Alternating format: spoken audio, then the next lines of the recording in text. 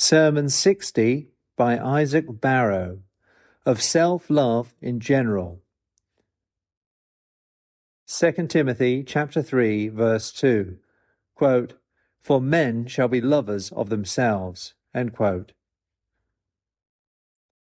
St. Paul, in this place, out of a prophetical spirit instructing or warning his disciple Timothy concerning, quote, "difficult times," end quote, or the calamitous state of things which should ensue, induced upon the world, as it useth to happen, by a general prevalency of vicious dispositions and practices among men, doth thence take occasion, by a specification of their vices, to characterize the persons who should concur to produce that hard state.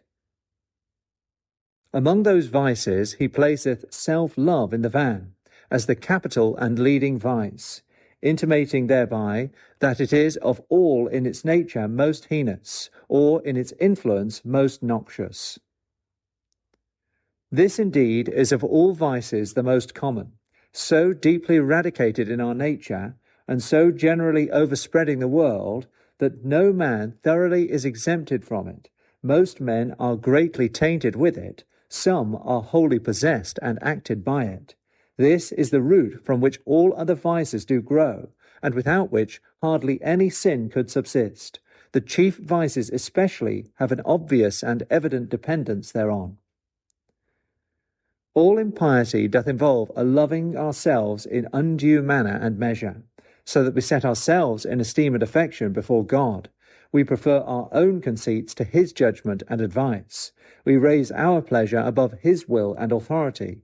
We bandy forces with him, and are like the profane Belshazzar, of whom it is said, quote, "Thou hast lifted up thyself against," end quote, or above, quote, "the Lord of heaven," end quote.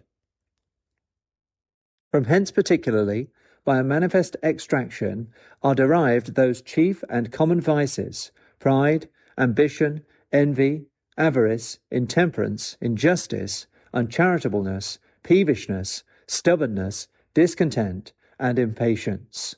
For we overvalue ourselves, our qualities and endowments, our powers and abilities, our fortunes and external advantages. Hence are we so proud, that is, so lofty in our conceits, and fastuous in our demeanour. We would be the only men, or most considerable in the world. Hence are we ambitious. Hence continually with unsatiable greediness we do affect and strive to procure increase of reputation, of power, of dignity. We would engross to ourselves all sorts of good things in highest degree.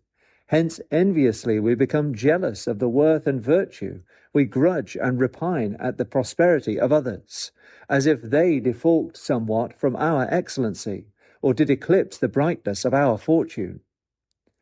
We desire to be not only full in our enjoyment, but free and absolute in our dominion of things, not only secure from needing the succour of other men, but independent in regard to God's providence.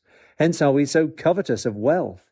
Hence we so eagerly scrape it, and so carefully hoard it up. We can refuse our dear selves no satisfaction, although unreasonable or hurtful. Therefore we so readily gratify sensual appetites in unlawful or excessive enjoyments of pleasure.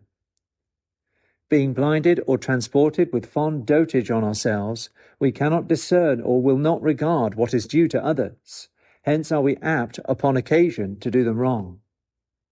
Love to ourselves doth in such manner suck in and swallow our spirits, doth so pinch in and contract our hearts, doth according to its computation so confine and abridge our interests, that we cannot in our affection or in real expression of kindness tend outwards, that we can afford little goodwill, or impart little good to others.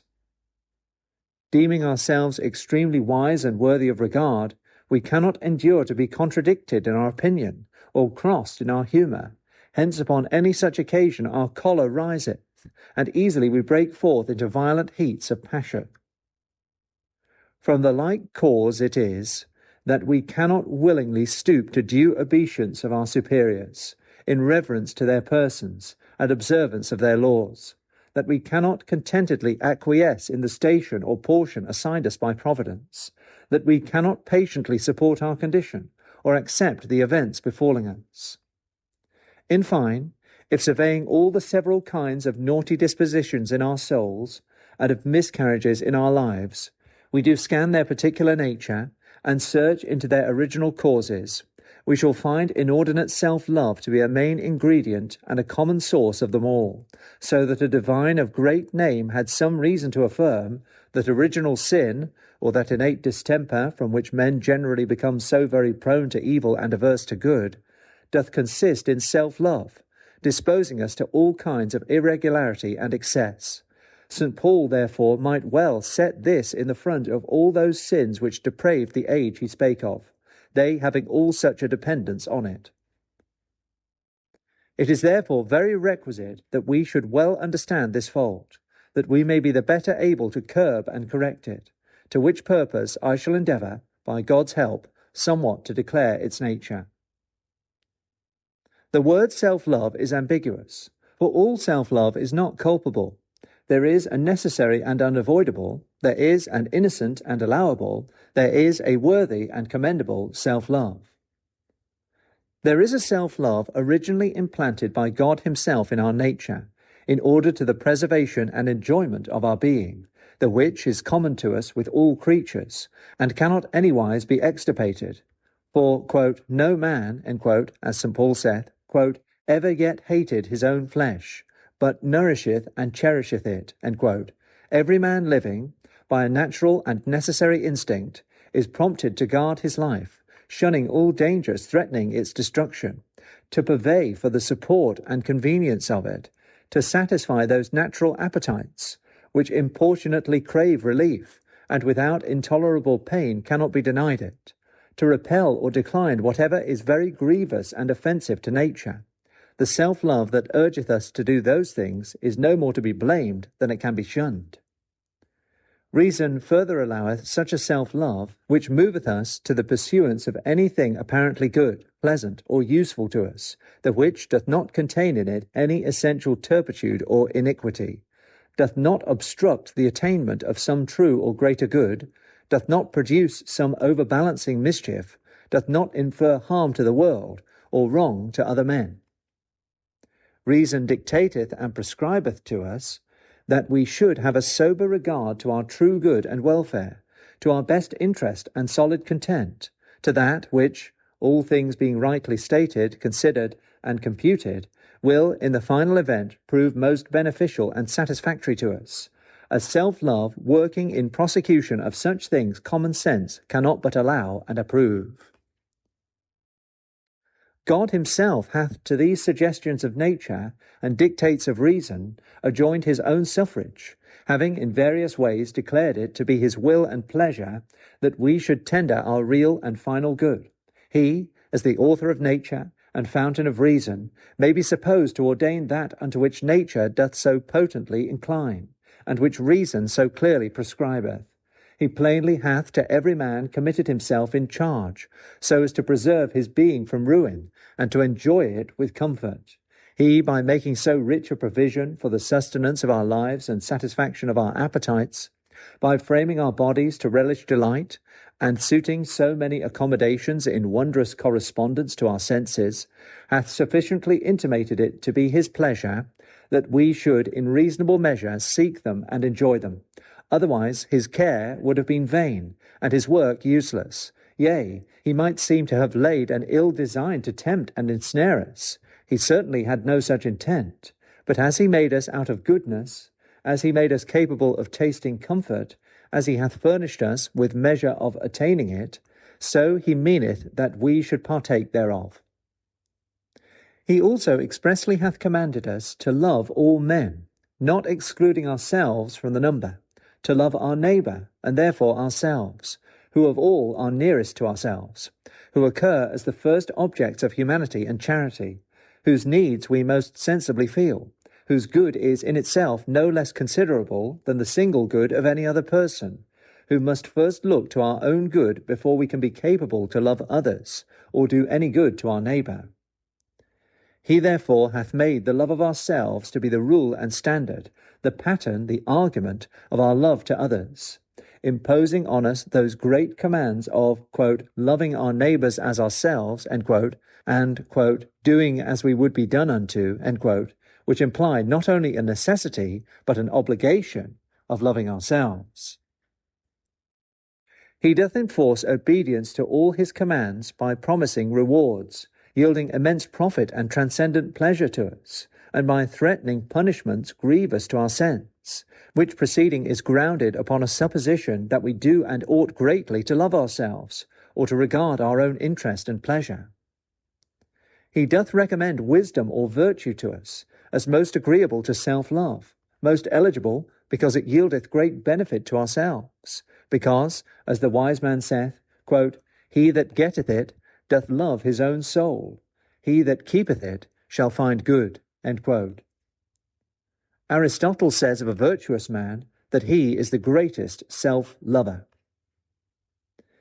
He dissuadeth from vice, as therefore detestable, because the embracing it doth imply hatred of ourselves, bringing mischief and damage to us, because, as the wise man doth express it, quote, he that sinneth wrongeth his own soul. He that despiseth instruction despiseth his own soul. He that committeth injury hateth his own soul. End quote. He commendeth his laws to our observance by declaring them in their design and tendency chiefly to regard our good and advantage, made apt to preserve the safety and quiet, to promote the wealth and prosperity of our lives, to bring ease and comfort to our minds, grace and ornament to our names, salvation and happiness to our souls. In fine, God chargeth and encourageth us to affect and pursue the highest goods whereof we are capable, most ample riches, most sublime honours, most sweet pleasures, most complete felicity. Quote, he, end quote, saith St. Paul, quote, will render it them, who by patient continuance in well-doing seek for glory and honour and immortality, eternal life, end quote. To seek such things is the highest instance, is the surest argument of self-love that can be. He therefore who obligeth, who encourageth us thereto, doth plainly show his approbation of a self-love. So it appeareth that all self-love is not culpable, but that some kind thereof is very commendable. How then shall we distinguish? How shall we, quote, sever, end quote, to use the prophet's language, quote, the precious from the vile, end quote? To this we may answer in general that all love of ourselves which is unreasonably grounded, or which is excessive in its degrees and limits, or which venteth itself in wrong instances, or which driveth our mind, will, and affections toward bad objects, or which produceth effects noxious to ourselves or others, is culpable. If we esteem ourselves for things not true, or really for things indifferent or mean, for things nowise excellent or valuable, if we affect ourselves beyond compass, so as to postpone the love of God, or exclude the love of our neighbour, if out of regard to ourselves we do things base or mischievous, if thence we dote upon vain profits, embrace foul pleasures, incur sinful guilt, expose ourselves to grievous danger, trouble, remorse, and punishment, if thereby we are engaged to forsake our true interest and forfeit our final happiness, then assuredly it is a foolish and vicious self-love. It is indeed not a proper, but a false and equivocal love, usurping that goodly name. It is a real hatred or enmity disguised under the semblance of friendship. It more properly may be called cruelty, treachery, flattery, mockery, delusion, and abuse of ourselves. But for a more distinct and clear resolution of the case, we may do well to consider the proper acts of love which do constitute it, or inseparably do adhere thereto, such as those: a good esteem of the person which is the object of our love, an earnest goodwill toward him, or desire of his good, a complacence in good, and dissatisfaction in evil arriving to him, a readiness to yield or procure good to him, a desire of union and enjoyment, that is, of intimate conversation and intercourse with him, a deference of regard to him, a compliance with his desires, and care to please him. Now, if these acts toward ourselves are in their kind, in their grounds, in their measures, conformable to reason, piety, and justice, then is our self-love innocent or worthy. If they are not so, it is criminal and vicious.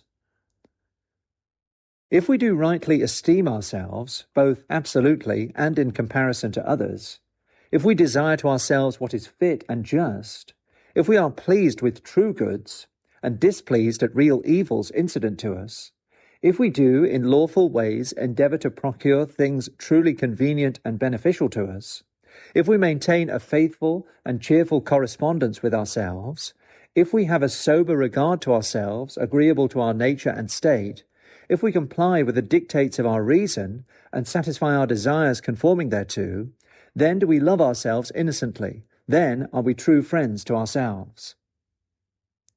But if we overvalue ourselves, if we do wish to ourselves things incommodious or hurtful, if we are delighted or dissatisfied in false shows of good or evil befalling us, if we strive to acquire for ourselves things bad or mischievous, if our converse with ourselves is naughty or vain, if we make indecent applications to ourselves, if we stoop to our fond humours or soothe our unreasonable desires, then is our self-love spurious. Then are we indeed enemies to ourselves. Further, toward an exact discussion and trial of this case, we should do well, divesting ourselves of selfishness, to consider ourselves as other persons, or abstractedly as mere objects of those acts which love doth imply. For what rectitude or what obliquity there would be in them in regard to any object, the same would be in reference to ourselves. For instance, if we should value any person justly according to his real worth, allowing a just rate to his virtue, to his parts, to his endowments, to his advantages of nature or fortune, not ascribing to him things which belong not to him, nor overprizing those he hath, nor preferring him in any respect before those which are his superiors or equals therein, we shall herein do wisely and justly. But if, having our judgment anywise perverted, we do admire a person beyond his worth, and advance him above his rank, if we overlook his apparent defects and blemishes, or take them for excellencies, and yield them applause, what is this but folly and dotage, tempered with iniquity? And if it be such in regard to another, it is no less such in respect to ourselves. If to any person we should wish things suitable, commodious, and advantageous, by obtaining which he, without any wrong or prejudice to others, might be considerably benefited, we shall herein act humanely, and like good friends. But if we desire things to him which do not become or befit him, which will do him mischief, or which he cannot have without injury and damage to others, are we not herein notoriously unkind or unjust? The case is the same transferred to ourselves. If we should observe any man, by occurrences happening to him, well improved in his condition, thriving in an honest way, prosperous in good undertakings, growing in worthy accomplishments of soul, to find satisfaction therein would be greatly laudable, and so it would be to condole, if we should see any man to fall into any grievous disaster or calamity. But should we behold a man, although in false appearance bettered, yet really prejudiced and endamaged, as when one is enriched by cozenage or rapine, is advanced by flattery or sycophantry, is famed for base or vain exploits, is immersed into care and trouble, is exposed to danger and temptation, is fallen into the enchantments of pleasure, are we not, if we take pleasure therein, very silly or very cruel? And if we should observe good physic administered to a sick neighbour, or that he is engaged in painful exercise for his health, should it not be absurd for us to be sorry thereat? For the same reason we are blamable if we do rejoice when that we prosper in bad courses, or enjoy sinful pleasures, or fall into dangerous temptations, if we distaste the wholesome physic of adversity dispensed by Providence, or dislike the needful exercise of duty to God preserved to us. If we do yield our advice and aid to our neighbour, in furtherance of any design which is honest and beneficial to him, we then unquestionably do well. But if we do abet or encourage him in unjust or mischievous enterprises, if we render ourselves panders to his unlawful desires, factors for his unjust profits, Complices of his wicked practices, advocates of his sins. Is this true love? Is this faithful friendship? No, surely. Nor is it such toward ourselves, when we employ our faculties in contrivance or achievement of any unlawful designs, however satisfactory to our desires. If we should indifferently, without regard to the laws of piety, justice, humanity, or decency, espouse the interests of any person, so that for the promoting his designs, advancing his profit, gratifying his humour or pleasure, we should violate the commands of God, we should neglect the public good, we should work injury or mischief to our neighbour, would this dealing be allowable? Neither would it be so if for our own sake, in regard to our private interest, we should thus behave ourselves. 2. If we do affect to hold free, sincere, cheerful, kind conversation with any person, for mutual instruction and comfort, this is sociable and friendly. But if we maintain frothy, foul, malicious, anywise pestilent discourse, apt to corrupt, or to annoy him, this is loathsome, and so it is, if we keep such intercourse with ourselves, harbouring vain, impure, unjust, uncharitable thoughts in our minds. If we should defer regard to any man, answerable to his worth, we should thereby practice according to the good rules of humanity. But should we so affect or fancy any man that we should care for no man else, should pay no due respect or perform any office of kindness otherwhere, should take no man's word or mind any man's opinion beside, nor care to converse with any other, would this be love? Would it not be ridiculous fondness? It is no less if in regard to ourselves we are so morose, surly, or neglectful. If we should comply with any man's reasonable desire, this were fair and courteous. If we should confide in the probable assistance of any person, this were modest prudence. But if we should entirely conform our practice to the will or humour of another, against the dictates of our own reason, and to the harm of ourselves or others, would this be love? Would it not rather be vile and pitiful slavery? If we should, without any ground, yea, against plain reason, rely upon the help or direction of another, would this be love? Would it not rather be wild presumption? The same, therefore, it must be in us, if we in like manner are devoted to our own will or confident in our own ability. If we should commend any man for good qualities or good deeds, this is honest. If we should encourage him in good undertakings, this is charitable. But to applaud his defects, to bolster him in ill practice, this is flattery and treachery, and in so doing toward others, we are not friends to ourselves, but traitors and parasites. By such reflections and comparisons we may, I think, competently understand the nature of that bastard self-love which is so vicious in itself and productive of so many vices. But more fully to display, and withal to dissuade us from this vice, I shall particularly insist upon the common sorts thereof, showing the peculiar unreasonableness of each, and the mischiefs consequent from it. They are, indeed, usually combined and complicated in practice, and have much affinity both in their nature and fruit, but I shall, as well as I can, abstract them one from the other, and so treat on them distinctly. They are these: self-conceit, self-confidence, self-complacence, self-will, self-interest. These I shall handle in the following discourses. Sermon 61 by Isaac Barrow, of self-conceit. 2 Timothy chapter 3, verse 2, quote, "For men shall be lovers of themselves," end quote, etc. 1.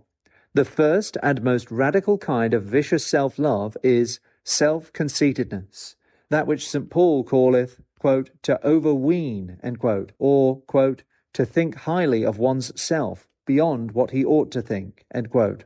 This doth consist in several acts or instances. Sometimes we in our imagination assume to ourselves perfections not belonging to us, in kind or in degree.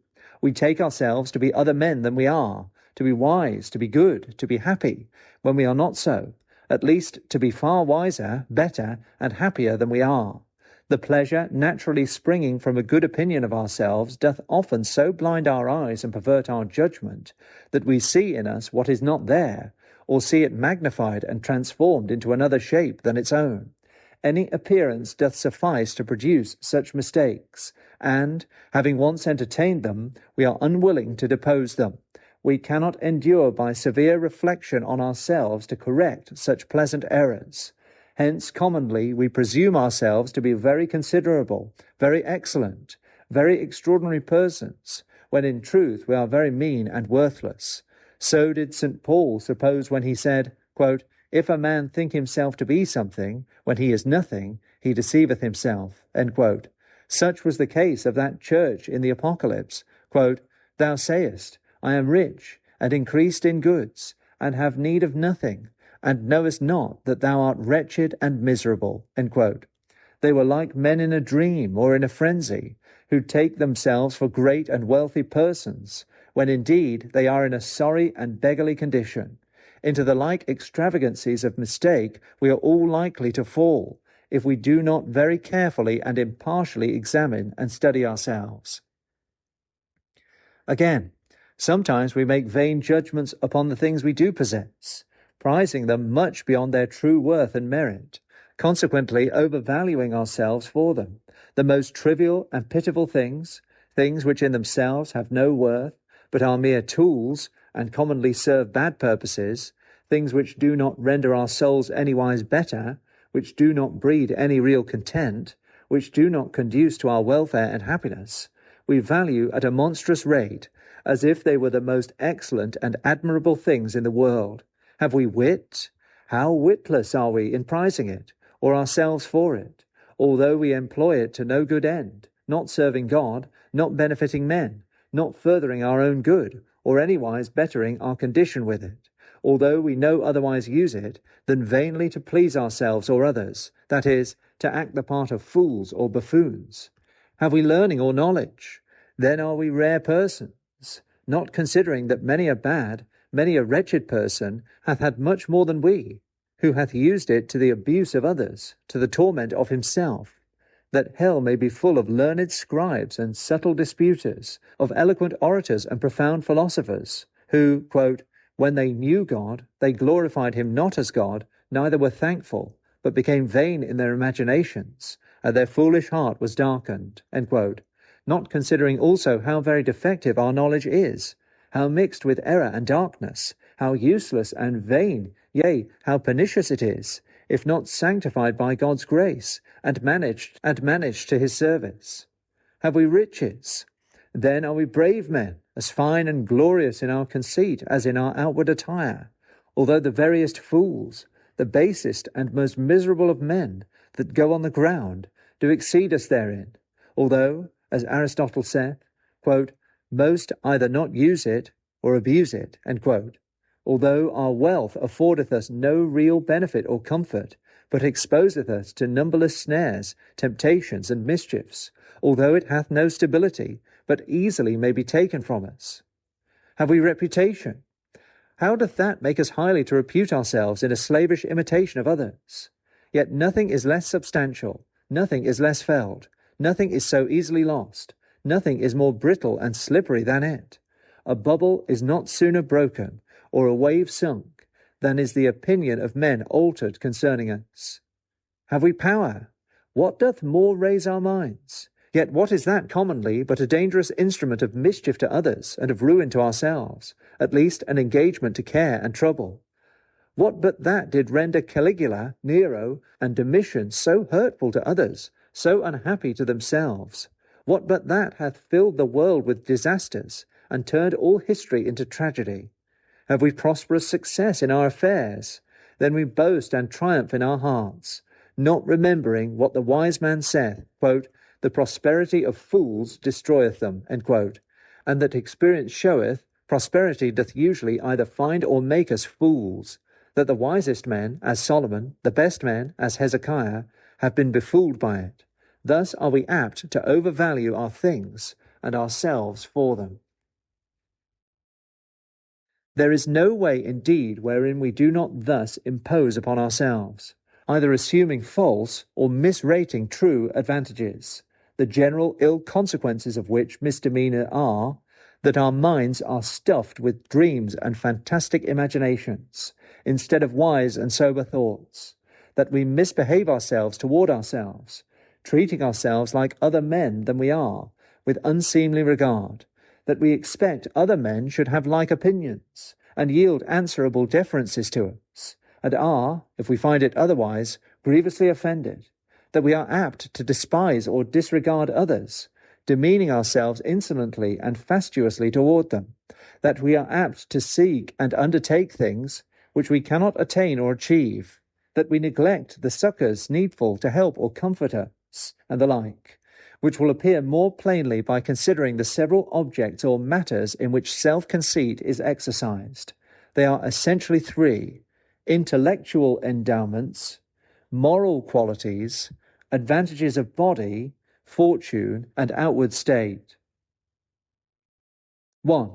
We are apt to conceit highly of ourselves upon presumption of our intellectual endowments or capacities, whether natural, as wit, fancy, memory, judgment, or acquired, as learning, skill, experience, especially of that which is called wisdom, which in a manner comprehendeth the rest and manageth them, whereby we rightly discern what is true, and what is fit to be done in any case proposed.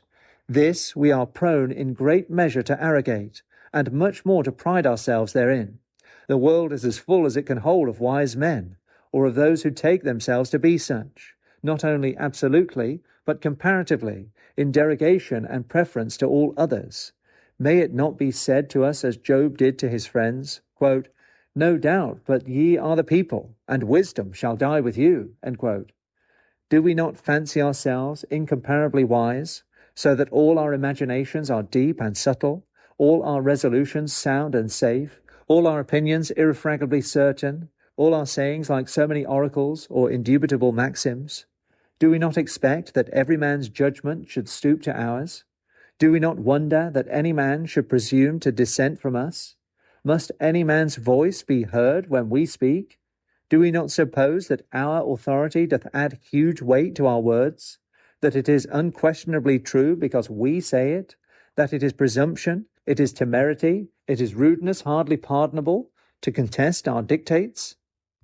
This is a common practice, and that which is often prohibited and blamed in Scripture. Quote, "Be not wise in thine own eyes," end quote, saith the wise man, and, quote, "Be not wise in your own conceits," end quote, saith the apostle, and, quote, "I say, through the grace given unto me, to every man that is among you, not to think of himself more highly than he ought to think, but to think soberly, according as God hath dealt to every man the measure of faith," end quote.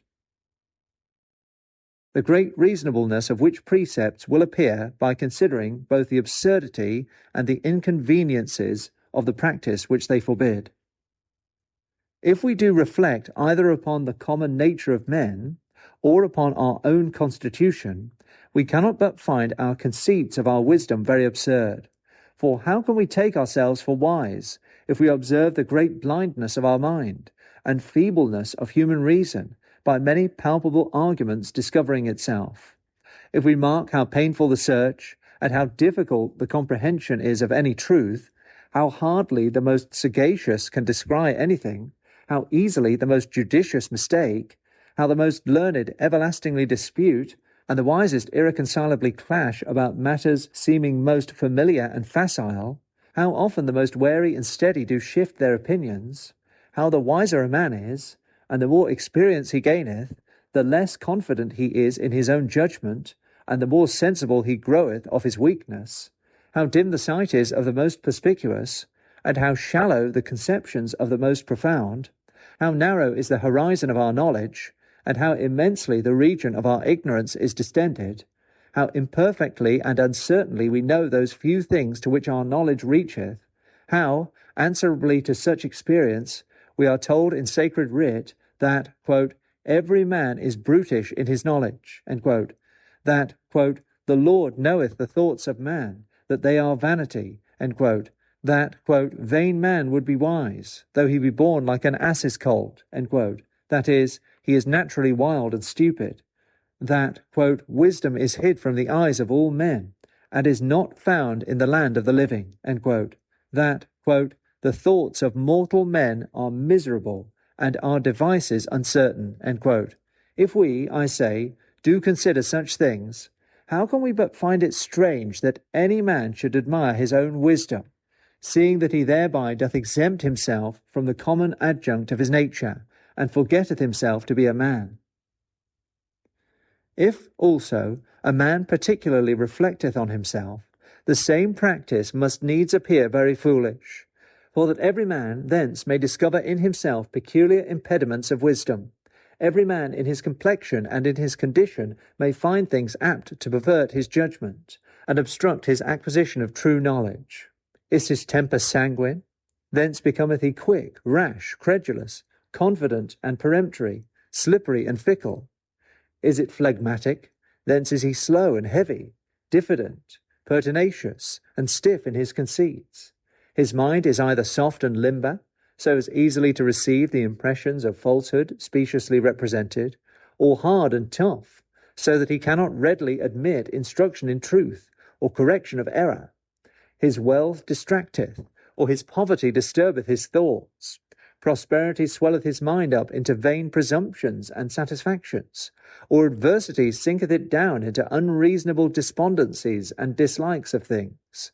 Plenty breedeth sloth, want createth trouble, indisposing him to think well. Ease doth rust his parts, and business weareth them out.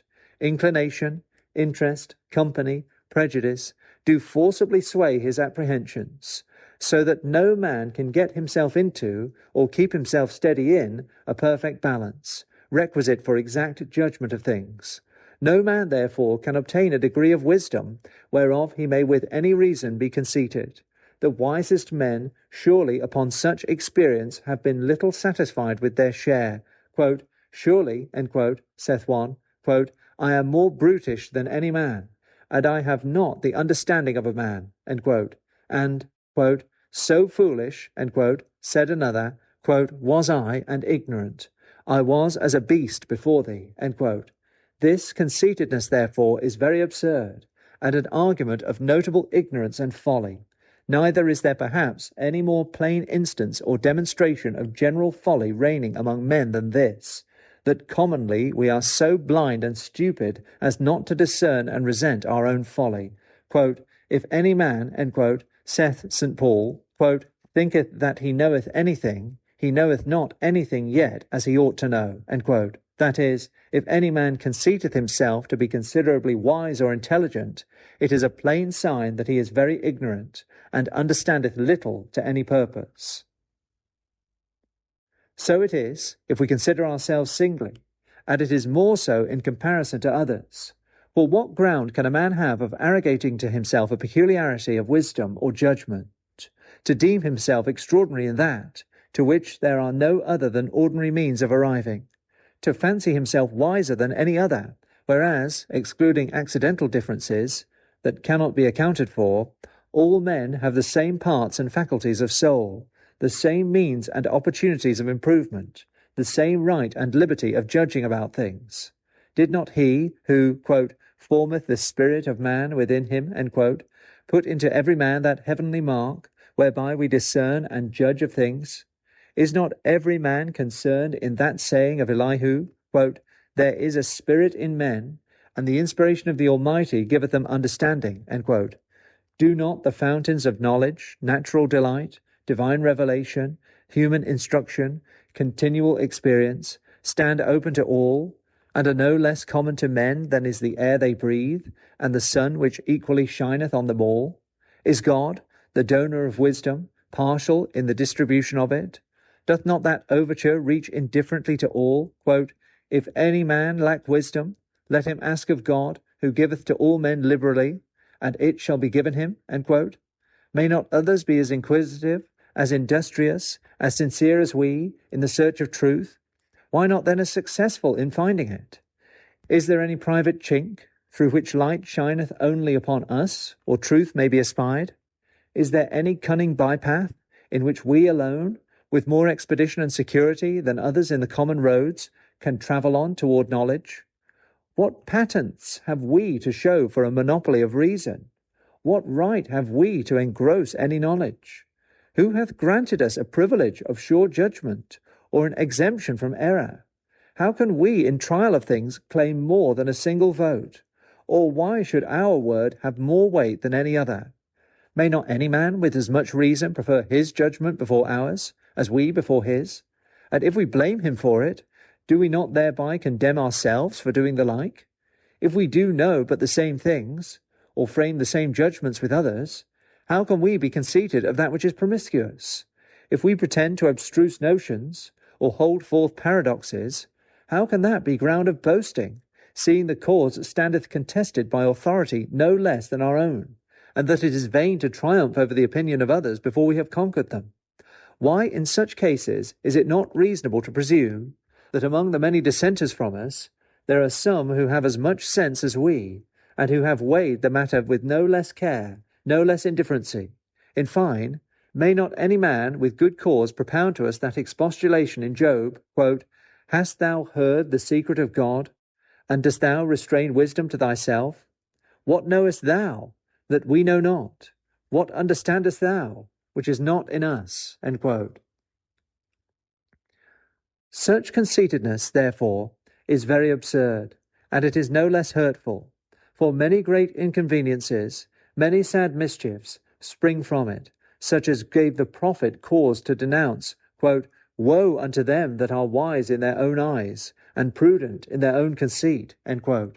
It hath many ways had influence on our souls and on our lives. It is often our case, which was the case of Babylon, when the prophet said of it, quote, "Thy wisdom and thy knowledge hath perverted thee, for thou hast said in thy heart, I am, and none else beside me." End quote. It is a great bar to the getting wisdom, to the receiving instruction and right information about things. For he that taketh himself to be abundantly knowing, or incomparably wise, will not care to learn, will scorn to be taught. He thence becometh more incapable of wisdom than a mere idiot. So did Solomon observe, quote, "Seest thou," end quote, said he, quote, "a man wise in his own conceit? There is more hope of a fool than of him." End quote. Of a fool that is sensible of his ignorance, there may be hope that he may by instruction become wise. But he that taketh himself to want no instruction, or to be above learning, is in a desperate condition. It rendereth men in doubtful or difficult cases unwilling to seek, and unapt to take advice. He will not care for or admit any counsellor but himself. Hence he undertaketh and easily is deceived, and incurreth disappointment, damage, disasters in his affairs. As it is most incident to weak, inconsiderate, lazy persons, who have not a capacity, will not yield attention, or take pains to get right notions of things, so it doth smother all industry, consideration, and circumspection. For such persons think they need no labour in searching truth, no care in weighing arguments, no diligence in observing things. They can easily at first sight descry all, and penetrate to the bottom of things. They have at easy rates the pleasure of fancying themselves wise.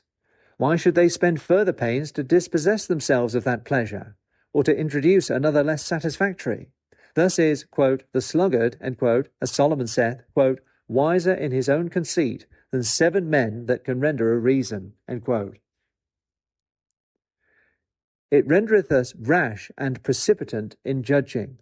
For the first shows of things, or the most slender arguments which offer themselves, being magnified and aggravated from opinion concerning ourselves, do sway our judgment, and draw forth a sudden resolution from us. It must, we presently suppose, be very reasonable, because it seemeth reasonable to us.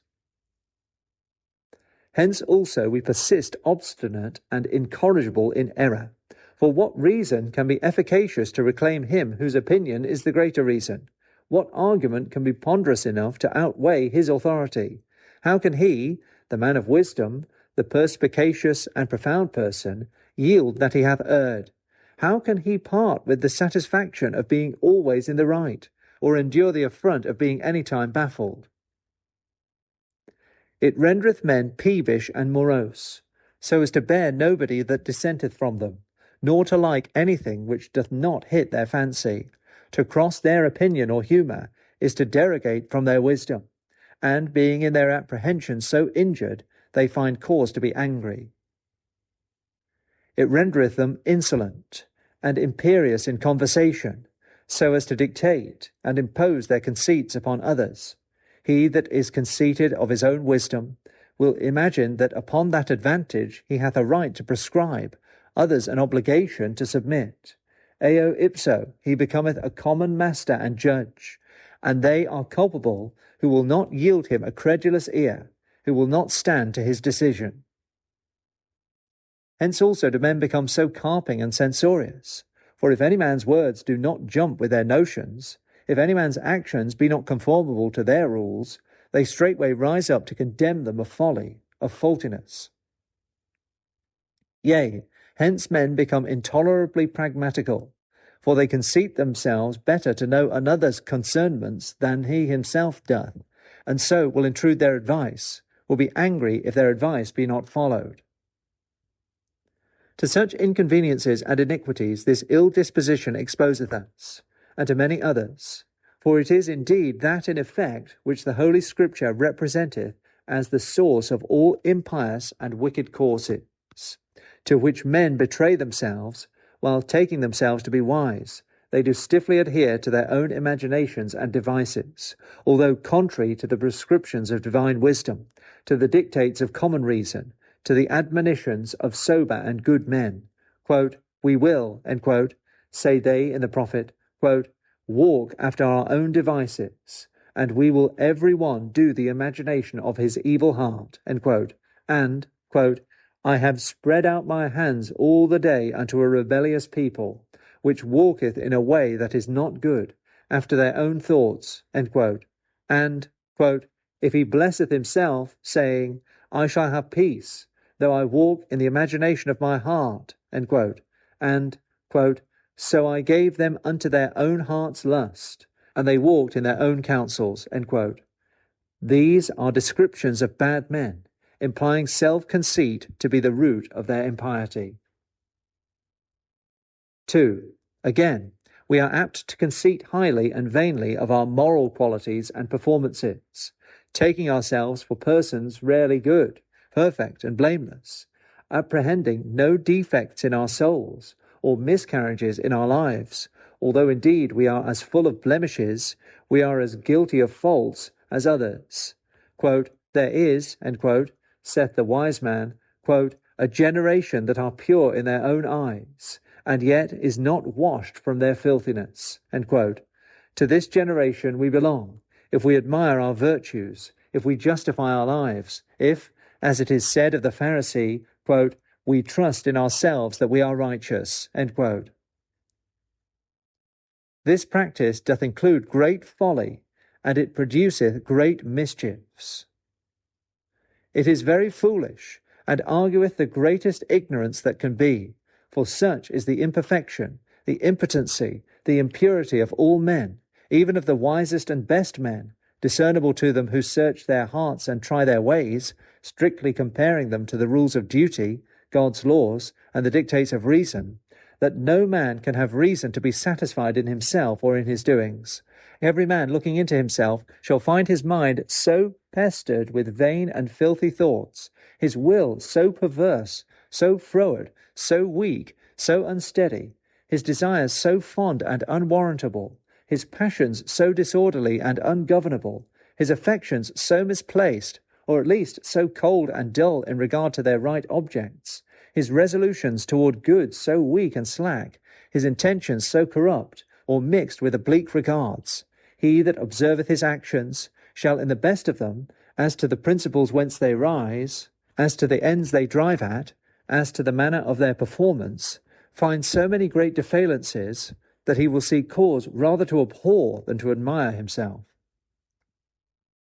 Who, let me ask, doth love God with all his soul, so as to place in him his total content and delight, so as to do all things out of love to him, with a regard to his honour and service, so as to be willing and glad to part with all things for his sake, Who hath that constant and lively sense of God's benefits and mercies that he should have? Who hath a perfect resignation of will to his pleasure, so as to be displeased with no event dispensed by his hand? Who hath such a vigour of faith and confidence in him, as will support him in all wants, in all distresses, in all temptations, so as never to be disquieted or discouraged by them, so as to, quote, cast on God, end quote, as he is commanded, all the, quote, cares, end quote, of his soul and, quote, burdens, end quote, of his life? Who constantly maintaineth a fervour of spirit, a steadiness of resolution, a clear and calm frame of soul, an abstractedness of mind from worldly desires and delights? Who continually is fervent and undistracted in his devotion? Who with an unwearied and incessant diligence doth watch over his thoughts? Who doth entirely command his passions, and bridle his appetites? Who doth exactly govern his tongue? Who is perpetually circumspect over his actions? Who loveth his neighbour as himself, seeking his good, and delighting therein as in his own, being sorry for his adversities, as if they had befallen himself? Who feeleth that contrition of spirit, that shame, that remorse for his sins, or that detestation of them, which they deserve? Who is duly sensible of his own unworthiness? Very few of us, surely, if we examine our consciences, can answer that we are they who perform these duties. And if not, where is any ground of self-conceit? How much cause rather is there of dejection, of displeasure, of despising and detesting ourselves? There have indeed been sects of men, such as the Novatians and the Pelagians, who have pretended to perfection and purity. But these men, one would think, did never read the Scripture, did never consult experience, did never reflect on their minds, did never compare their practice with their duty, had no conscience at all, or a very blind and stupid one.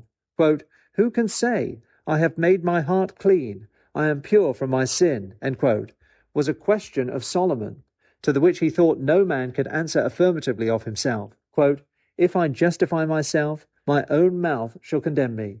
If I say I am perfect, it shall prove me perverse, end quote, was the asseveration of that person whose virtue had undergone the severest trials.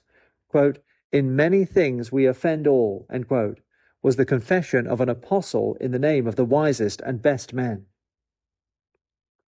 Such men indeed, in contemplation of themselves and of their doings, have ever been ready to think meanly of themselves, to acknowledge and bewail their unworthiness, to disclaim all confidence in themselves, to avow their hope wholly to be reposed in the grace and mercy of God, in his grace for ability to perform somewhat of their duty, in his mercy for pardon of their offences, to confess themselves, with Jacob, quote, less than the least of God's mercies, end quote, with David, that they, quote, are worms and no men, end quote, with Job, that they are, quote, vile and, end quote, unable, quote, to answer God, end quote, calling them to account, quote, in one case of 1,000, end quote, that they, quote, abhor themselves and repent in dust and ashes, end quote, that, quote, after they have done all, they are unprofitable servants, end quote.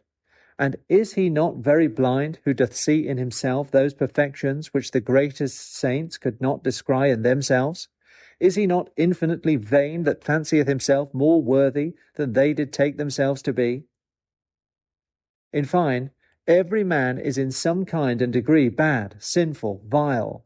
It is as natural for us to be so as to be frail, to be sickly, to be mortal. There are some bad dispositions common to all, and which no man can put off without his flesh.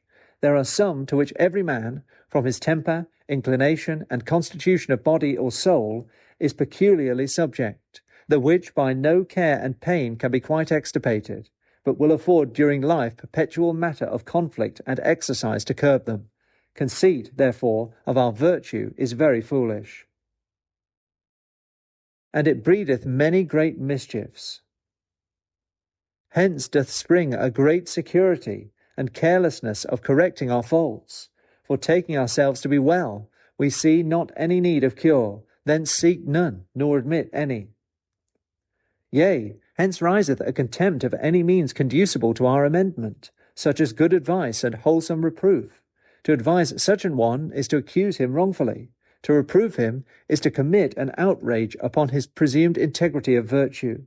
Hence also proceedeth a neglect of imploring the grace and mercy of God.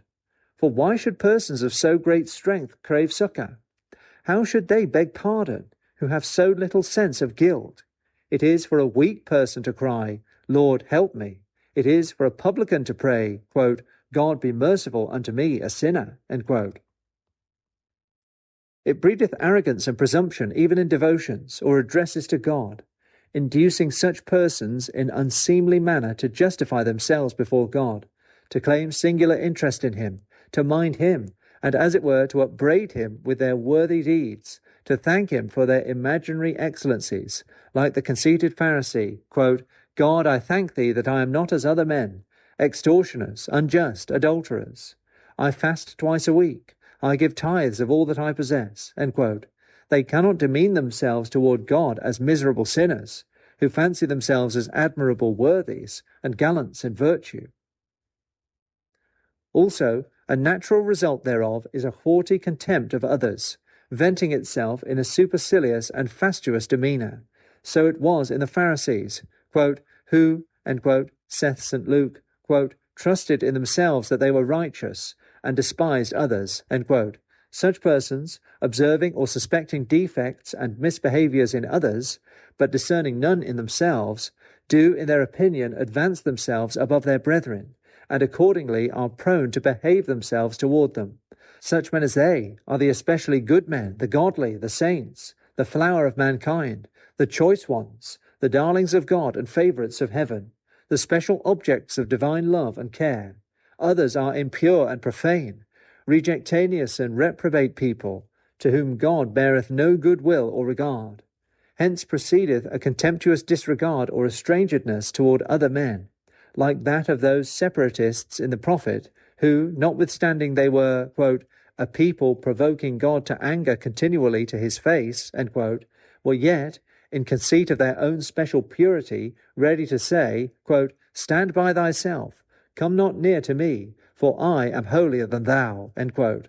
Whereas those who, soberly reflecting on their nature, their hearts, their ways, do frame a right judgment of themselves, can hardly esteem any man worse than themselves. They perceive themselves so frail, so defectuous, so culpable, as to find great reason for their compliance with those apostolical precepts, quote, in lowliness of mind, let each man esteem others better than himself. In honour prefer one another. End quote. This likewise disposeth men to expect more than ordinary regard from others, and they are much displeased if they find it not in degree answerable to their conceit of themselves, taking them for silly, envious, or injurious persons, who forbear to yield it. Such excellent persons must in all things be humoured and cockered, otherwise you greatly wrong them. Hence also such men easily become discontented and impatient. For if they be crossed in anything, if any misfortune toucheth them, they take it very ill, supposing they deserve it not, but are worthy of better usage and fortune. In fine, as this causeth a man to behave himself untowardly in respect to all others, toward God and toward his neighbour, so thence he most unbeseemingly carrieth himself toward himself. He is no faithful friend, no good companion to himself, but a fond minion, a vile flatterer, or a profane idolater of himself. For, like Narcissus, being transported with conceit of his own incomparable beauty or excellency, he maketh love to and courteth himself. Finding delight in such conceit, he by all means cherisheth it, glozing and, quote, flattering himself, end quote, as the psalm hath it, quote, in his own eyes, end quote, representing his qualities to his imagination in false shapes. He devoutly adoreth those idols of his brain. Further, 3. Self-conceit is also frequently grounded upon other inferior advantages, upon gifts of nature, as strength, activity, beauty, upon gifts of fortune, so-called, as birth, wealth, dignity, power, fame, success. Upon these things men ordinarily much value themselves, and are strangely puffed up with vain opinion, taking themselves from them to be great and happy persons.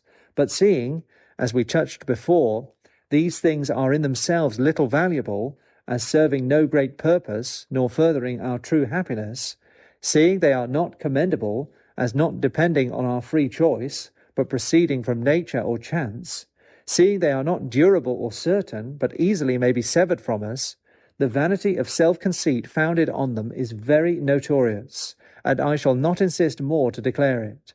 I shall only recommend the prophet's advice concerning such things. Quote, "Let not the wise man glory in his wisdom, neither let the mighty man glory in his might.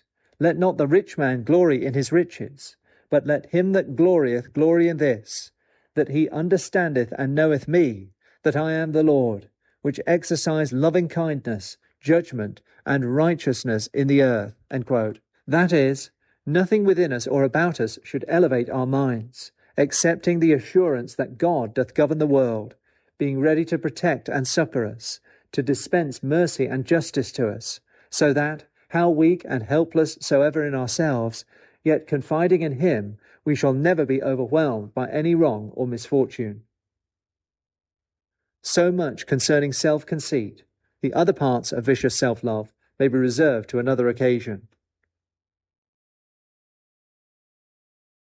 Sermon 62 by Isaac Barrow, of self-confidence, self-complacence, self-will, and self-interest. 2 Timothy chapter 3, verse 2, quote, "For men shall be lovers of themselves," end quote, etc. Of self-confidence. 2.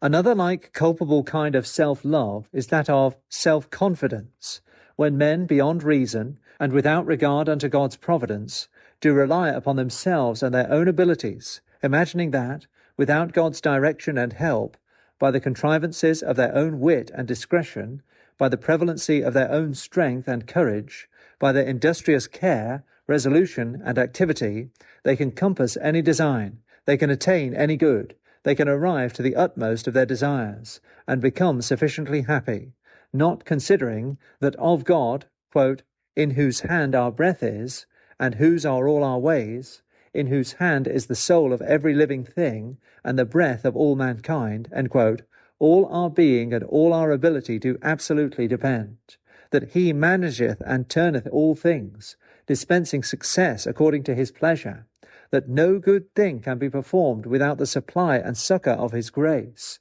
nothing can be achieved without the concurrence of his providence, that, quote, "the way of man is not in himself, it is not in man that walketh to direct his steps," end quote, that, quote, "the preparations of the heart in man, and the answer of the tongue is from the Lord," end quote, that, although, quote, "a man's heart deviseth his way, yet the Lord directeth his steps," end quote, that, quote, "no king is saved by the multitude of an host, a mighty man is not delivered by much strength, a horse is a vain thing for safety, the race is not to the swift, nor the battle to the strong," end quote, that, as St. Paul, one abundantly furnished with abilities suiting his designs as any man can be, doth acknowledge, quote, "we are not sufficient of ourselves to think anything, but our sufficiency is of God," end quote. These oracles of truth, and even dictates of reason, no less than principles of religion, they consider not, who confide in their own abilities, with which nature or fortune do seem to have furnished them. This is that instance of self-love which the wise man biddeth us to beware of. Quote, "Trust," end quote, saith he, quote, "in the Lord with all thine heart, and lean not to thine own understanding. In all thy ways acknowledge him, and he shall direct thy paths," end quote. This is that which he condemneth as foolish, and opposite to wise proceeding. Quote, "He that trusteth in his own heart is a fool, but whosoever walketh wisely shall be delivered," end quote. This is that which smothereth devotion, and keepeth men from having recourse to God, while they think it needless to ask for that which they have in their power, or have means of obtaining. This consequently depriveth them of divine aid, which is afforded only to those who seek it, and confide therein. This often engageth men to attempt things rashly, and causeth them to come off unhappily. God interposing to cross them, with purpose to cure their error or confound their presumption. From hence, if God ever suffereth their attempt to prosper, they sacrilegiously and profanely arrogate to themselves the success, quote, sacrificing to their own net, end quote, and saying with him in the prophet, quote, by the strength of my hand have I done it, and by my wisdom, for I am prudent, end quote. This causeth most men to fail of true content here, and of happiness finally, while taking them to be, where they are not, at home, within their own hand or reach, they neglect to search after them abroad, there where they only do lie, in the hand and disposal of God. Of self-complacence. 3.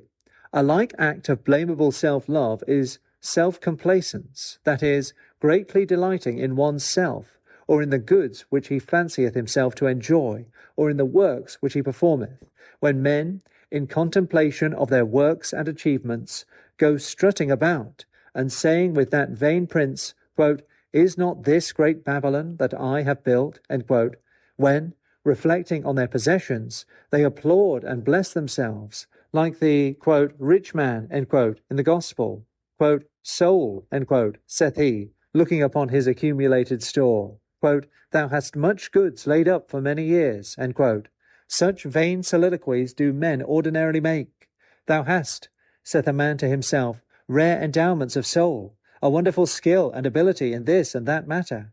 Thou art master of excellent things. Thou hast managed very important business, hast accomplished hard designs, hast achieved brave feats, with great dexterity and admirable success, by thy wit and industry. Thou hast framed and invented very curious orations, very facetious speeches, very nervous and pithy discourses. Thou hast put obligations upon this man and that. Thou hast got much credit and interest amongst men.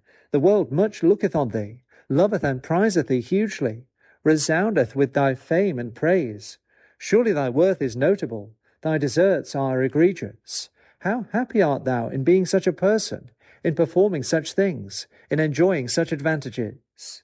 Thus with a spurious and filthy pleasure do men reflect upon and revolve in their minds the goods they deem themselves to possess, and the favourable occurrences that seem to befall them, being fond of their own qualities and deeds as of their children, which, however they are in themselves, do always appear handsome and towardly unto them. Any little thing is great and eminent, any ordinary thing is rare, any indifferent thing is excellent to them, because it is theirs. Out of anything, how dry and insipid soever it is in itself, they suck a vain and foolish pleasure. Hence is that honest and pure delight which they should taste in faith and love toward God, in the hope of future celestial things, in the enjoyment of spiritual blessings, in the conscience of virtuous practice, quite choked or greatly damped.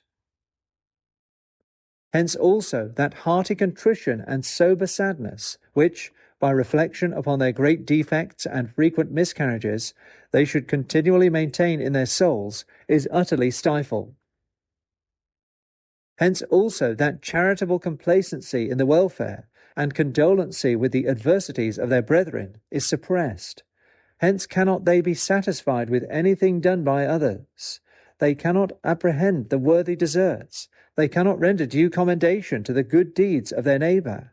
For while men are so pleased with their own imaginary felicities, they cannot well discern, they will not be duly affected with, the real advantages or disasters of themselves or of others.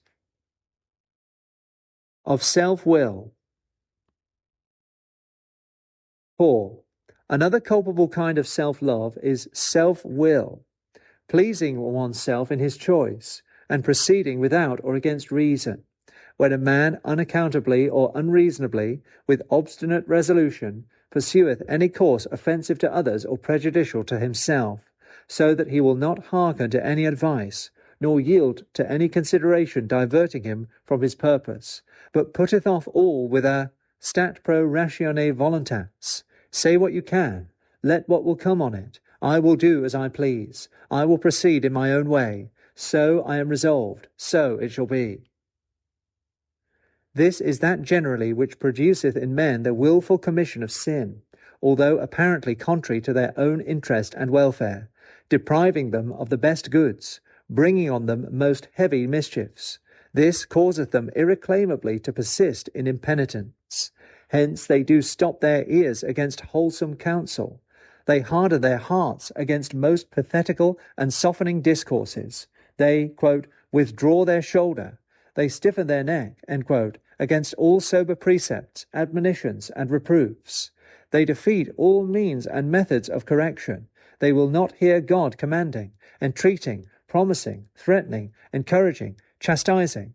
They will not regard the advices and reprehensions of friends. The most apparent consequences of damage, disgrace, pain, perdition, upon their ill courses, would not stir them. Their will is impregnable against the most powerful attempts to win and better them. Let all the wisdom in the world solicit them, with a, quote, turn at my reproof, end quote. It shall have occasion to complain, quote, they would none of my counsel, they despised all my reproof, end quote. This is that also more particularly which breedeth so much mischief to the public, which pestereth and disturbeth private conversation. This maketh conversation harsh, and friendship intolerable. Hence are men in their demeanour so peevish and froward, so perverse and cross-grained, so stiff and stubborn, with much inconvenience to others, and commonly with more to themselves. Hence will they not submit to the commands of their superiors. They will not comply with the customs of their country.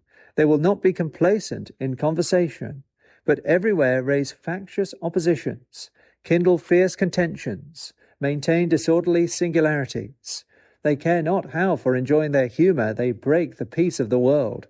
They disturb the order of things. They create tumults and troubles in any society. They bring vexations and mischiefs on others, on themselves. They do not consider or value the great harm they bring upon the public, nor how much themselves do suffer by it. So they have their will. What if the state be plunged into confusion and trouble? What if their neighbours be sorely incommoded? What if themselves lose their ease and pleasure? It must be just as they will have it.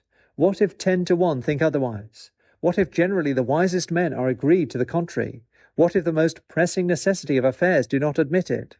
What if public authority, those whom all equity doth constitute judges, and to whom God himself hath committed the arbitration thereof, do not allow it?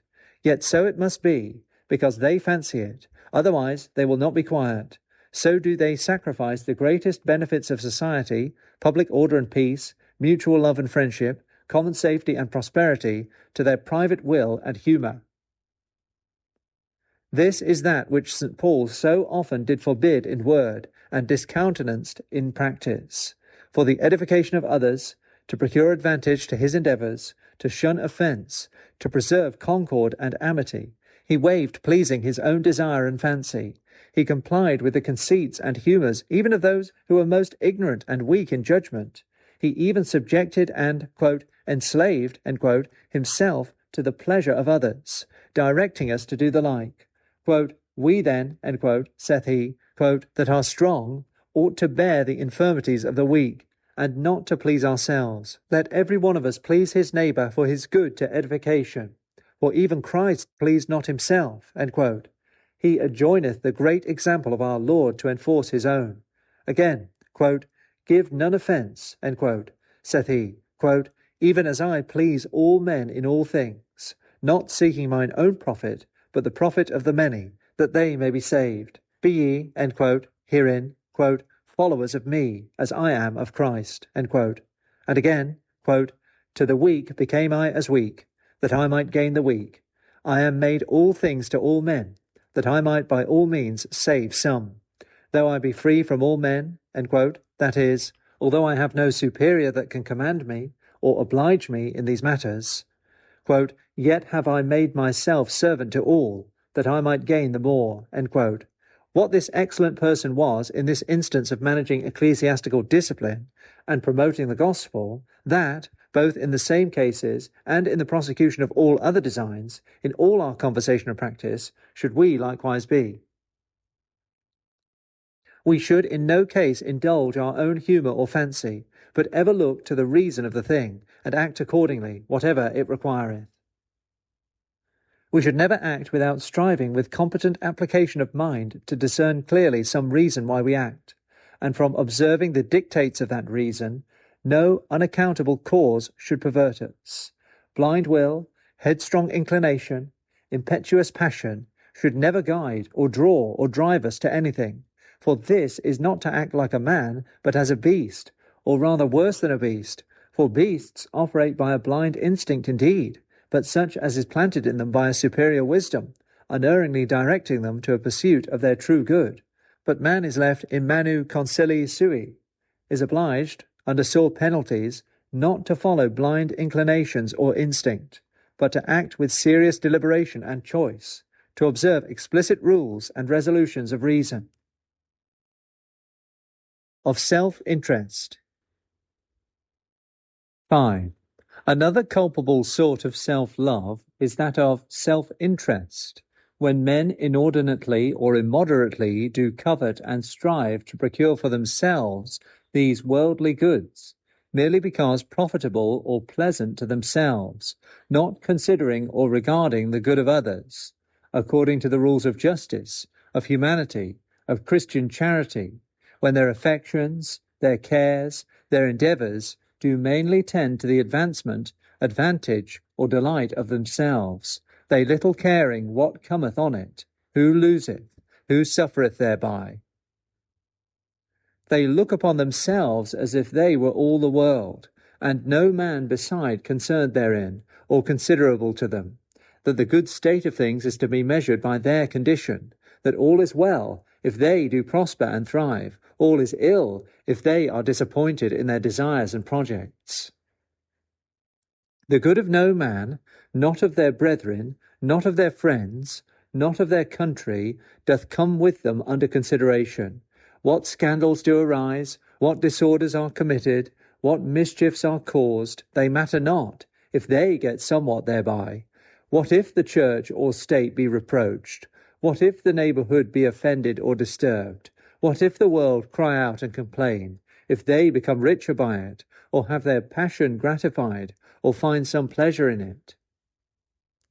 This is the chief spring of injustice, for from hence it is that oftentimes men regard not what course they take, what means they use, how unjust, how base soever they be, toward the compassing their designs.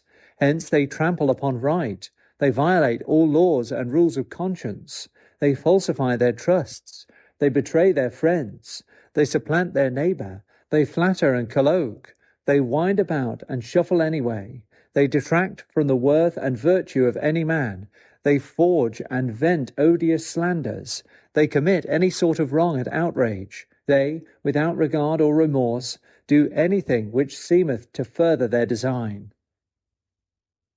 This is the great source of uncharitableness, for from hence men affect no man otherwise than he seemeth able to serve their turn.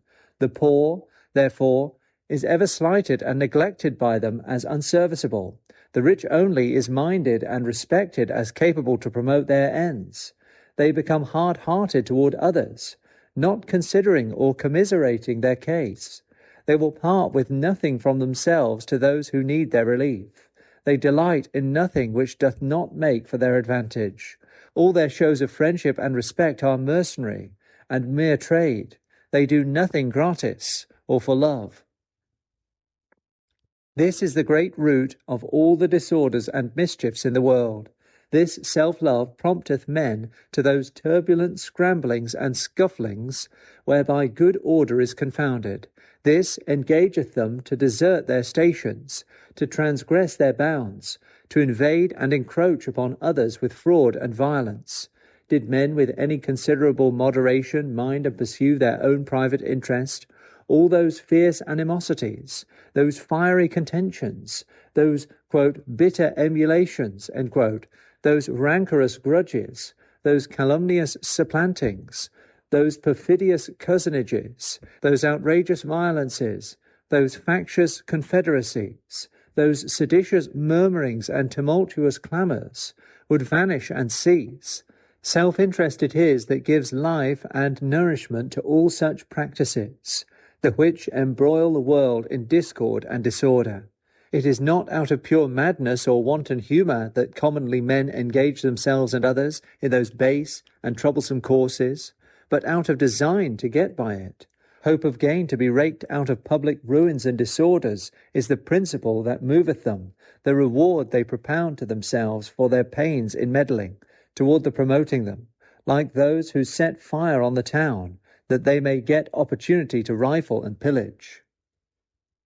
He that taketh himself to be as but one man, naturally like and equal to others, conceiving that he ought to consider the interest and right of other men in the same rank with his own, that he in reason should be contented with that share which ariseth to him by fair means, who thence resolveth to be satisfied with his own lot, to abide quiet in his station, to yield the same deference and compliance to others which he can presume or pretend to receive from them, who desires only to enjoy the gifts of Providence and the fruits of his industry in a due subordination to the public peace and welfare, he will not easily strive or struggle for preferments.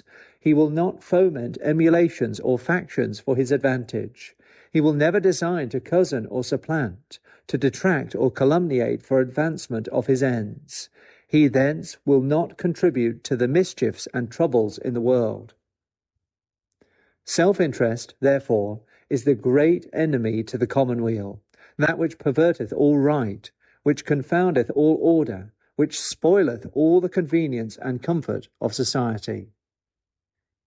It is a practice, indeed, this practice of pursuing self-interest so vehemently, so especially above all things, which is looked upon and cried up as a clear and certain point of wisdom, the only solid wisdom, in comparison whereto those precepts which prescribe the practice of strict justice, ingenuous humanity, free charity, are but pedantical tattles, or notions merely chimerical.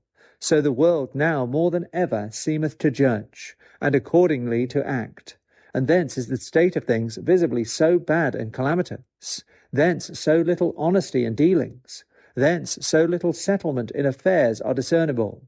But how false that judgment is will appear if the case be weighed in the balance of pure reason, and most foolish it will appear, being scanned according to the principles of religion. In reason, is it not very absurd that any man should look upon himself as more than a single person, that he should prefer himself before another, to whom he is not in any respect superior, that he should advance his own concernment above the public benefit, which comprehendeth his good, and without which his good cannot subsist? Can any man rationally conceive that he can firmly thrive or persist in a quiet and sweet condition, when he graspeth to himself more than is due or fitting, when he provoketh against himself the emulation, the competition, the opposition, the hatred and obloquy of all or of many other persons? May not any man reasonably have the same apprehensions and inclinations as we may have?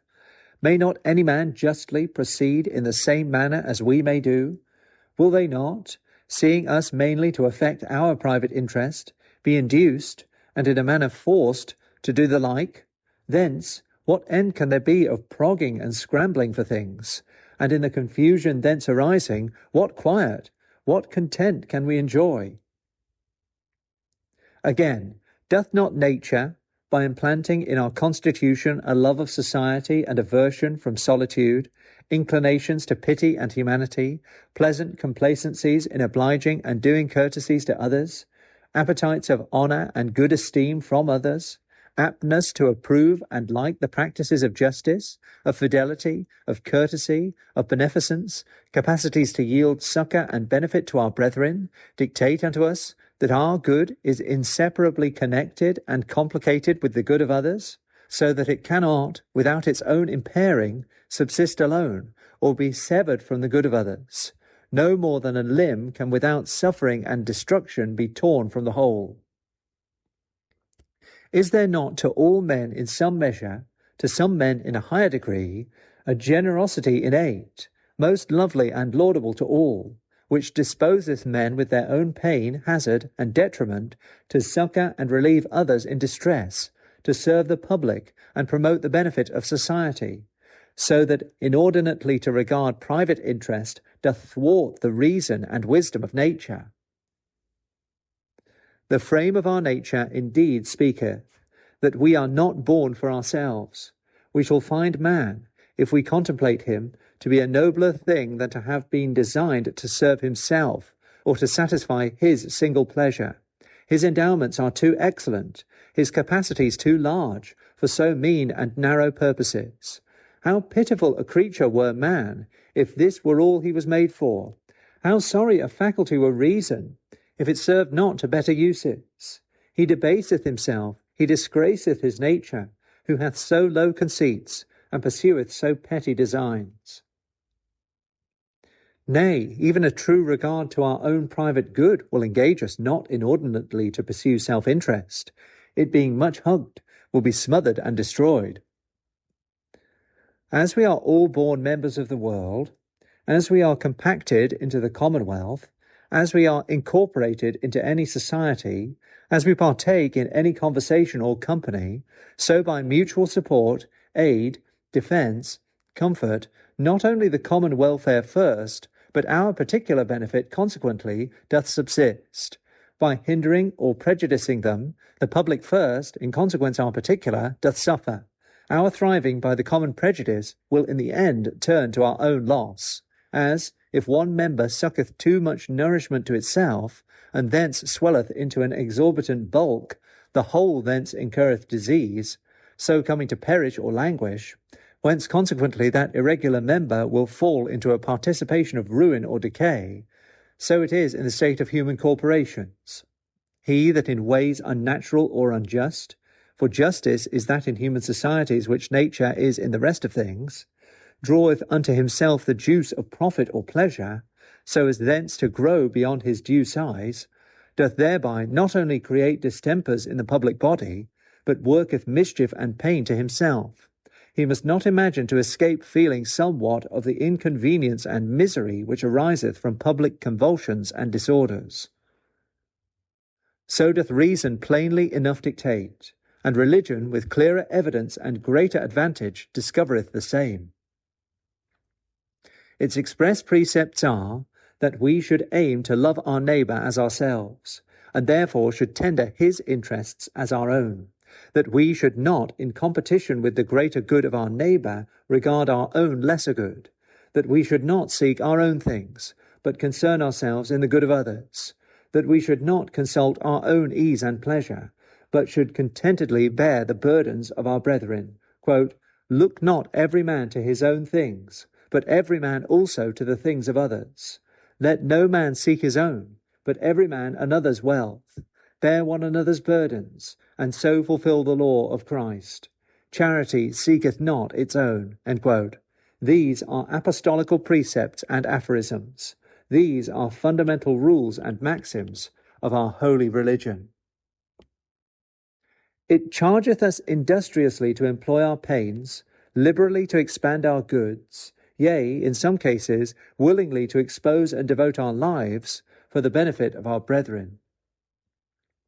It recommendeth to us the examples of those who have undergone unspeakable pains, losses, disgraces, troubles, and inconveniences of all kinds for the furthering the good of others, the examples of our Lord and of his apostles, who never in any case regarded their own interests, but spent and sacrificed themselves to the public welfare of mankind. It representeth us not only as brethren of one family, who should therefore kindly favour, assist, and grace one another, but as members of one spiritual body, quote, "members one of another," end quote, compacted by the closest bands of common alliance, affection, and interest, whose good much consisteth in the good of each other, who should together rejoice and condole with one another, who should care for one another's good as for our own, looking upon ourselves to gain by the advantage, to thrive in the prosperity, to be refreshed with the joy, to be graced with the honour, to be endamaged by the losses, to be afflicted with the crosses of our brethren, so that, quote, if, end quote, as St. Paul saith, quote, "one member suffer, all the members suffer with it. If one member be honoured, all the members rejoice with it." End quote. These which I have already handled are the principal kinds of vicious self-love. There are further some special acts of kin to them, sprouting from the same stock, which I shall touch, such as vainglory, arrogance, talking of oneself, thinking about oneself. Of these I shall treat more briefly. Sermon 63 by Isaac Barrow, of vainglory, arrogance, talking and thinking of oneself. 2 Timothy chapter 3 verse 2, quote, "For men shall be lovers of themselves," end quote, etc. Of vainglory. When a regard to the opinion or desire of the esteem of men is the main principle from which their actions do proceed, or the chief end which they propound to themselves, instead of conscience of duty, love and reverence of God, hope of the rewards promised, a sober regard to their true good, this is vainglory. Such was the vainglory of the Pharisees, who fasted, who prayed, who gave alms, who, quote, did all their works that they might be seen of men, end quote, and from them obtain the reward of estimation and applause. This is that which St. Paul forbiddeth, quote, let nothing be done out of strife or vainglory, end quote. When men affect and delight in praise from mean or indifferent things, as from secular dignity, power, wealth, strength, beauty, wit, learning, eloquence, wisdom, or craft, as, quote, there are many, end quote, saith the psalmist, quote, that boast themselves in the multitude of their riches, end quote. Nebuchadnezzar was raised with the conceit of having built a palace for the glory of his majesty.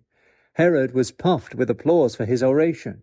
The philosophers were vain in the esteem procured by their pretence to wisdom.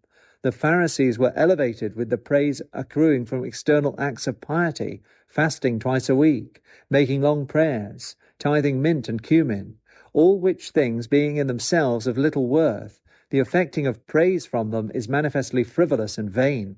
Honour should be affected only from true virtue and really good works.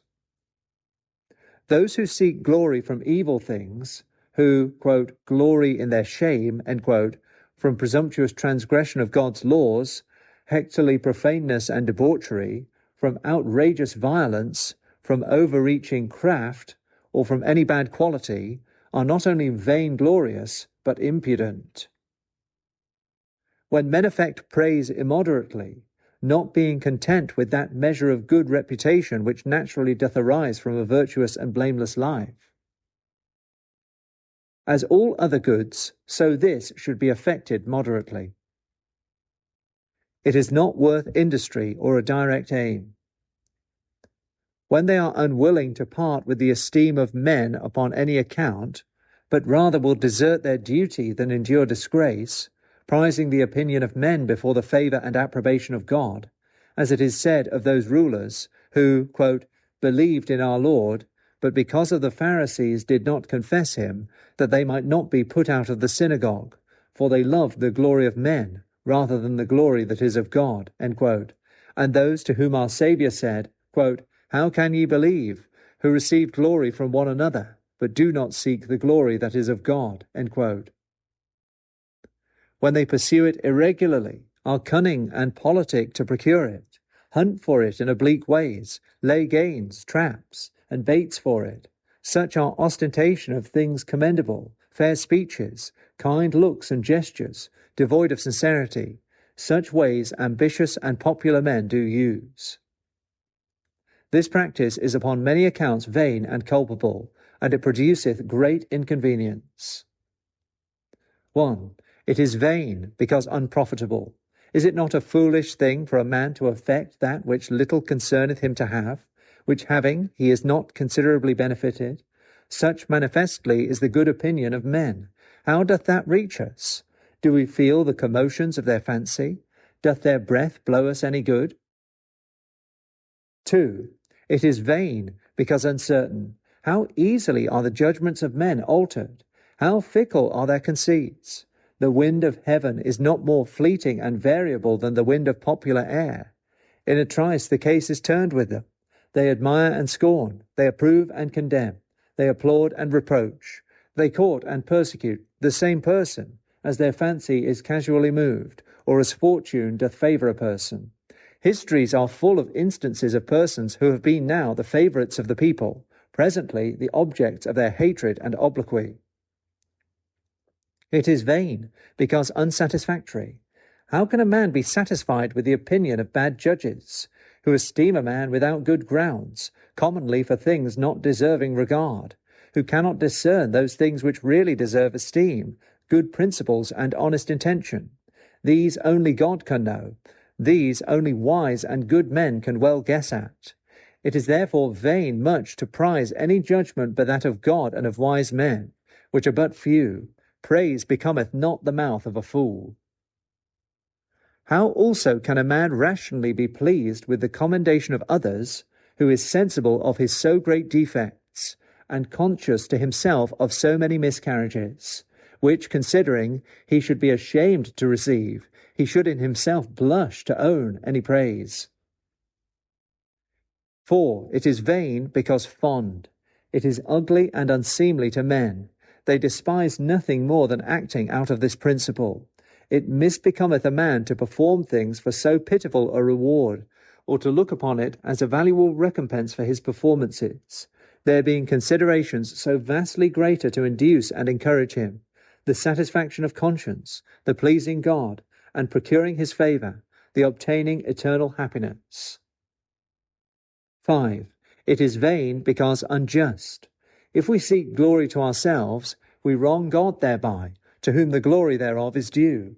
If there be in us any natural endowment considerable, strength, beauty, wit, it is from God, the author of our being and life. Is there any supervenient or acquisite perfection, as skill, knowledge, wisdom? It is from God, who gave us the means and opportunities of getting it, who guided our proceeding and blessed our industry. Is there any advantage of fortune belonging to us, as dignity, power, wealth? It is the gift of God, who dispenseth these things, who disposeth all things by his providence. Is there any virtuous disposition in us, or any good work performed by us? It is the production of God, quote, who worketh in us to will and to do according to his good pleasure, end quote. Have we any good that we can call our own, that we have independently and absolutely made or purchased to ourselves? If not any, why do we assume to ourselves the glory of it, as if we were its makers or authors? It is St. Paul's expostulation, quote, who made thee to differ? What hast thou which thou didst not receive? And if thou didst receive it, why dost thou glory, as if thou hadst not received it? End quote.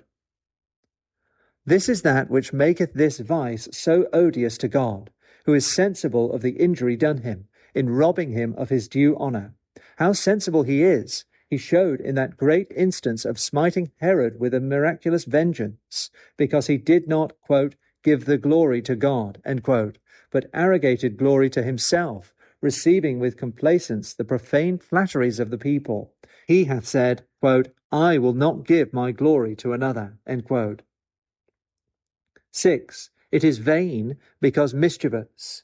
It corrupteth our mind with a lewd pleasure, which choketh the purer pleasures of a good conscience, spiritual joy, and peace. It incenseth God's displeasure, who cannot endure to see us act out of so mean and base a principle. It depriveth us of the reward due to good works, performed out of pure conscience, and other genuine principles of piety. Quote, they have their reward, end quote. 7. It is vain because unbeseeming us. It is observable that the Hebrew word that signifieth to praise or applaud also signifieth to infatuate or make mad. Glory doth sit unhandsomely upon us, who are so weak and frail, who are so impure and sinful, who are so liable to reproach and blame. It is like purple on a beggar, a panegyric upon a fly. When all is said that can well be of us, we are ridiculous, because 1,000 times more might be said to our disparagement and disgrace.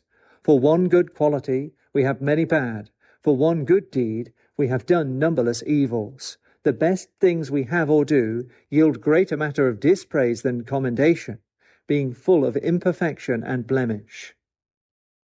Absolutely so. comparatively much more. What are we in comparison to God, whose excellency, if we consider, and our distance from his perfections? How can we admit commendation? How can we take any share of that which is wholly his due? If we consider even the blessed angels and saints, and how far short we come of them, what can we say but praise them who are so worthy, and abhor ourselves who are so vile? Seeing there are such objects of praise, how can it be conferred on a mortal, vile, wretched creature? Of arrogance. When a man, puffed up with conceit of his own abilities, or unmeasurably affecting himself, doth assume to himself that which doth not belong to him, more than in reason and justice is his due in any kind, more honour, more power, more wisdom, etc. When he encroacheth on the rights, invadeth the liberties, intrudeth into the offices, intermeddleth with the businesses, imposeth on the judgments of others, when he will be advising, teaching, guiding, checking, controlling others, without their leave or liking, when he will unduly be exercising judgment and censure upon the persons, qualities, and actions of his neighbour. These are instances and arguments of vicious self-love. He that doth rightly understand and duly affect himself will contain himself within his own bounds, will mind his own affairs, will suffer every man undisturbedly to use his own right and liberty in judging and acting. The effects of this practice are dissensions, dissatisfactions, grudges, etc., for men cannot endure such fond and unjust usurpations upon their rights, their liberties, their reputations. Of talking of one's self. Quote, talking about one's self, end quote, is an effect and manifest sign of immoderate self-love. It may seem a very slender and particular matter, but is of great use to be considered and corrected.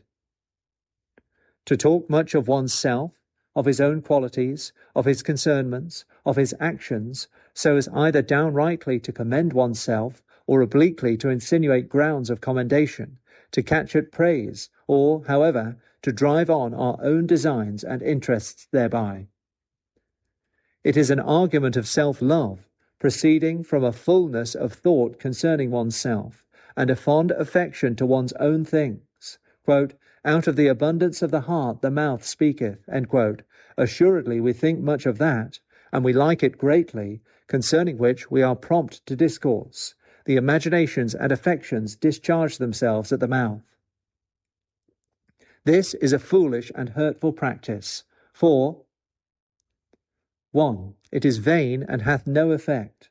We thereby seek to recommend ourselves to the opinion of men, but we fail therein, for our words gain no belief. For no man is looked upon as a good judge or a faithful witness in his own case. A good judge and a faithful witness must be indifferent and disinterested, but every man is esteemed to be favourable, to be partial in his opinion concerning himself, to be apt to strain a point of truth and right in passing testimony or sentence upon himself. He, therefore, that speaketh of himself is not believed. His words have no good effect on the hearers.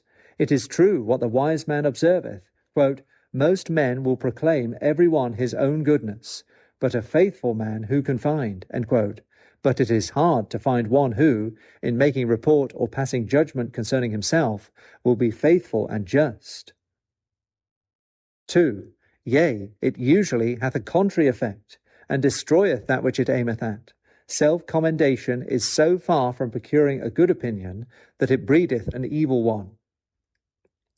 Men have a prejudice against what is said, as proceeding from a suspected witness, one who is biased by self-love and bribed by self-interest to impose upon them. Quote, not he that commendeth himself is approved, end quote.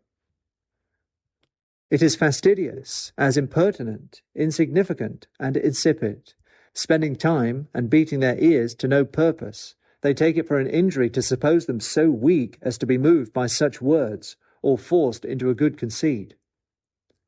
It is odious and invidious, for all men do love themselves no less than we ourselves, and cannot endure to see those who affect to advance themselves and reign in our opinion. It prompteth them to speak evil of us, to search for faults, to cool and check us. It is therefore a preposterous and vain way to think of gaining credit and love. Men thereby infallibly lose or depress themselves. Of all words, those which express ourselves and our things, I and mine, etc., are the least pleasing to men's ears. It spoileth conversation, for he that loveth to speak of himself doth least love to hear others speak of themselves, and so is not attentive. If a man have worthy qualities and do good deeds, let them speak for him. They will of themselves extort commendation. His silence about them, his seeming to neglect them, will enhance their worth in the opinion of men.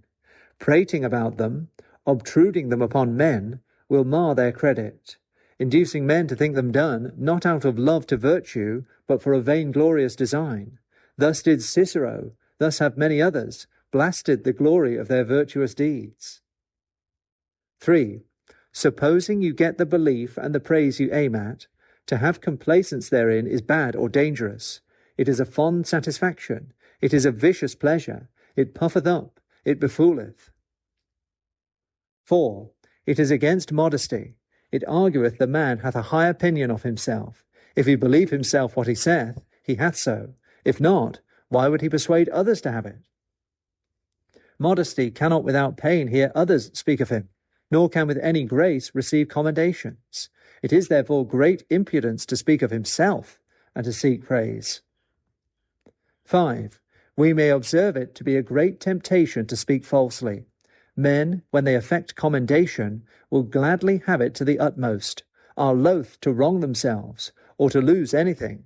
They will therefore at least speak to the extreme bounds of what may be said in their own behalf, and while they run upon the extreme borders of truth, it is hard to stop their career, so as not to launch forth into falsehood. It is hard to stand upon the brink without falling into the ditch. It is therefore advisable in our discourse to leave ourselves out as much as may be. Never, if we can help it, to say, I, mine, etc., never seeking, commonly shunning and declining occasion to speak of ourselves. It will bring much convenience and benefit to us. Our discourse will not be offensive. We shall decline envy and obloquy. We shall avoid being talked of. We shall escape temptations of vanity. We shall better attend to what others say, etc. If we will be speaking of ourselves, it is allowable to speak sincerely and unaffectedly concerning our infirmities and faults, as St. Paul does of himself. There are some cases wherein a man may commend himself, as in his own defence, to maintain his authority, to urge his example, etc. So doth St. Paul often. He calleth it folly to boast, because generally such it is, yet he doth it for those ends. Quote, let another praise thee, and not thine own mouth, a stranger, and not thine own lips. End quote. Thinking of ourselves. Thinking of ourselves with glee and pleasure, this a great nourisher of immoderate self-love, for the more men indulge to a gazing upon themselves with delight, the more they grow in love, the more passionately they come to dote on themselves. It is good to reflect inward, and to view our souls, but we should do it so as to find a wholesome displeasure and regret in beholding ourselves so foul and impure, so weak and defectuous, so ugly and deformed.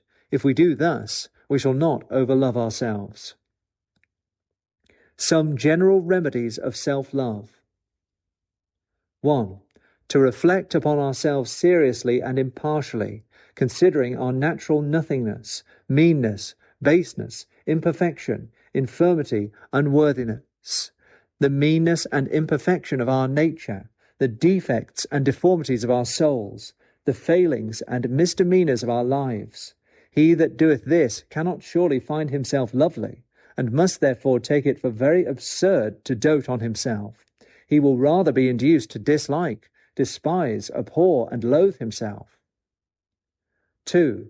To consider the loveliness of other beings superior to us, comparing them with ourselves, and observing how very far in excellency, worth, and beauty they transcend us, which, if we do, We must appear no fit objects of love. We must be checked in our dotage, and diverted from this fond affection to ourselves. It cannot but dazzle our eyes and dull our affections to ourselves. If we view the qualities and examples of other men, who in worth, in wisdom, in virtue, and piety do far excel us, their noble endowments, their heroical achievements, what they have done and suffered in obedience to God, their strict temperance and austerity, their laborious industry, their self-denial, their patience, etc., how can we but in comparison despise and loathe ourselves? If we consider the blessed angels and saints in glory and bliss, their purity, their humility, their obedience, how can we think of ourselves without contempt and abhorrence? Especially if we contemplate the perfection, the purity, the majesty of God, how must this infinitely debase us in our opinion concerning ourselves, and consequently diminish our fond affection toward things so vile and unworthy? 3. To study the acquisition and improvement of charity toward God and our neighbour. This will employ and transfer our affections. These, drawing our souls outward and settling them upon other objects, will abolish or abate the perverse love toward ourselves. 4. To consider that we do owe all we are and have to the free bounty and grace of God.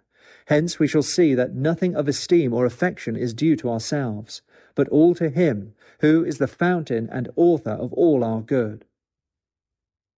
5. To direct our minds wholly toward those things which rational self-love requireth us to regard and seek, to concern ourselves in getting virtue, in performing our duty, in promoting our salvation, and arriving to happiness. This will divert us from vanity. A sober self-love will stifle the other fond self-love.